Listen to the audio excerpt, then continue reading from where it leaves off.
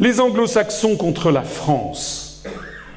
La prétendue construction européenne vise à rayer, non seulement à détruire les nations, mais ça charne particulièrement sur la France, puisqu'elle vise à rayer l'influence mondiale de la France de deux façons. D'abord par l'absorption, c'est-à-dire par le haut, le transfert à d'autres de ses prérogatives régaliennes, c'est-à-dire à l'Union européenne. Le meilleur exemple, c'est la présence de la France au Conseil de sécurité des Nations Unies. Nous avons en permanence des gens qui nous disent qu'il faut que la France cède son siège de membre permanent pour le donner à qui? À l'Europe. Et qui est le ministre des Affaires étrangères de l'Union européenne? Lady Catherine Ashton of Upperland. Elle s'appelait Catherine Ashton, c'était une prolétaire, ah bon, elle était au Labour, puis elle est devenue, la Grande-Bretagne étant ce qu'elle est, elle a été anoblie par la reine, parce qu'on n'en est pas moins homme, n'est-ce pas, ou femme, donc on est socialiste, mais on ne regimbe pas à devenir une lady, donc elle a été faite baronne Ashton of Upperland, baronne socialiste, enfin baronne travailliste. Comme je le dis souvent, à Caen, une duchesse marxiste-léniniste. En attendant cette baronne travailliste, comme d'ailleurs l'ensemble des institutions européennes, sont entièrement dans la main atlantiste. Si la France avait cédé son siège permanent, il n'y aurait pas eu d'opposition à la guerre en Irak. C'est de ça qu'il s'agit.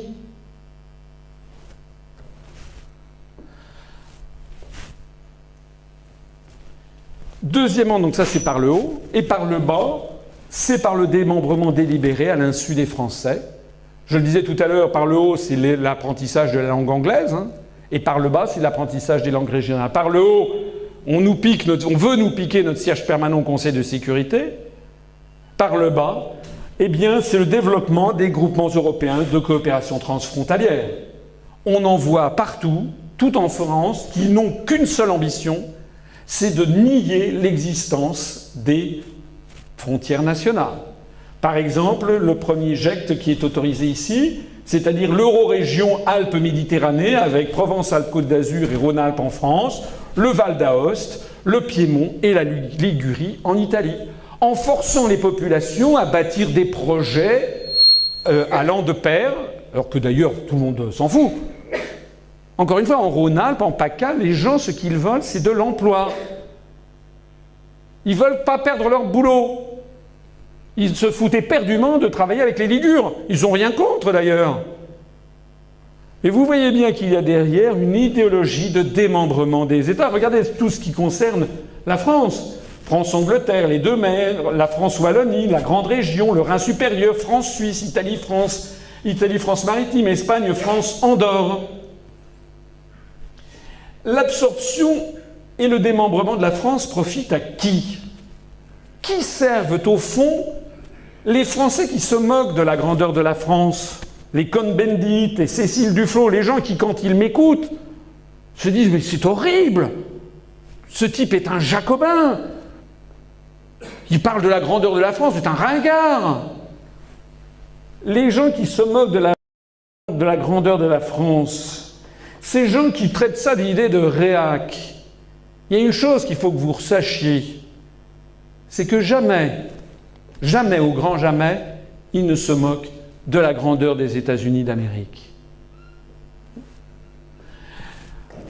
En février 2003, dans le débat sur la guerre en Irak au Conseil de sécurité de l'Organisation des Nations Unies, le secrétaire d'État américain Colin Powell a sorti ce petit truc en plastique avec un truc blanc à l'intérieur en disant que ça contenait le bacille du charbon, que c'était une arme de destruction massive fabriquée par Saddam Hussein.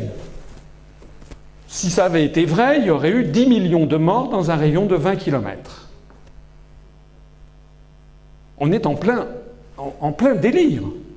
Alors même, il y a quand même beaucoup de gens, dans les milieux autorisés, qui ont dit « bon, là, ça va quand même un peu loin.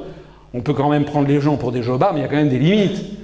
Avoir le bacille du charbon et l'agiter en plein Conseil de sécurité comme ça, il faut vraiment se foutre du monde. » Mais c'était une mise en scène.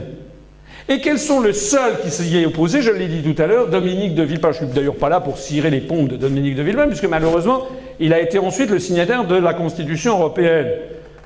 Il est passé à côté d'un rôle historique qu'il aurait pu avoir. Alors maintenant, il a quitté la politique et il est avocat d'affaires aux Émirats arabes unis. Mais bon, ce dont il s'agit, ce que ceux qui se moquent de la grandeur de la France veulent que ceci, ça n'existe plus. C'est ça, la vérité. La position des États membres de l'Union européenne, je le disais tout à l'heure, la France était toute seule contre, 2 pays étaient hésitants et se sont déclarés neutres, la Belgique et l'Allemagne. Tous les autres pays de l'Union européenne se sont déclarés pour la guerre en Irak, qui est une guerre illégale dont on a appris par les Américains eux-mêmes 1 an après que Saddam Hussein n'avait jamais eu d'armes de destruction massive. C'est une guerre d'appropriation néocoloniale qui a fait plus d'1 million de morts. Normalement, les dirigeants américains devraient être traduits devant un tribunal pénal international, au même titre d'ailleurs que les dirigeants de l'Allemagne hitlérienne, pour crimes contre la paix, crimes de guerre, crimes contre l'humanité, crimes culturels. C'est de ça qu'il s'agit. En 2003, la France a empêché les États-Unis d'Amérique d'avoir le feu vert de l'ONU pour mener une guerre néocoloniale en Irak. Cette opposition française n'a certainement pas suffi à empêcher les Américains d'intervenir militairement, mais cette guerre est illégale au regard du droit international, je le disais tout à l'heure. La France a sauvé le droit international et a préservé un petit peu, de la confiance des pays en l'ONU de 80% des pays du monde. Si la France n'avait pas eu son siège de membre permanent, et si ce siège avait été donné à l'Union européenne, les États-Unis d'Amérique auraient obtenu le feu vert du Conseil de sécurité pour aller faire la guerre en Irak. En d'autres termes, ceux qui se moquent de la grandeur de la France ne se moquent jamais du nationalisme guerrier des États-Unis. Ceux qui se moquent, quand je parle de la mission universelle de la France, dont parlait le Conseil national de la résistance de nos grands ancêtres de 1943-44, ils ne crachent pas seulement au visage des milliers de Français résistants qui sont morts pour ces idéaux, de façon consciente ou inconsciente, ils agissent en fait pour donner tout pouvoir à l'empire euro-atlantiste dirigé depuis Washington pour dominer l'univers. C'est de ça qu'il s'agit. Et c'est de ça qu'il s'agit aussi dans la construction des euro-régions, c'est-à-dire dans la destruction des nations. Divide and conquer pour laisser tabula rasa, la table rase, une tour de Babel ingérable, percluse de conflits ethniques, de conflits linguistiques, de conflits religieux dans l'ensemble du monde pour le grand triomphe des États-Unis d'Amérique. L'imposition en force d'un grand marché transatlantique à l'insu des peuples, s'inscrivant, que je le disais tout à l'heure, comme la cerise sur le gâteau de ce plan général de domination mondiale.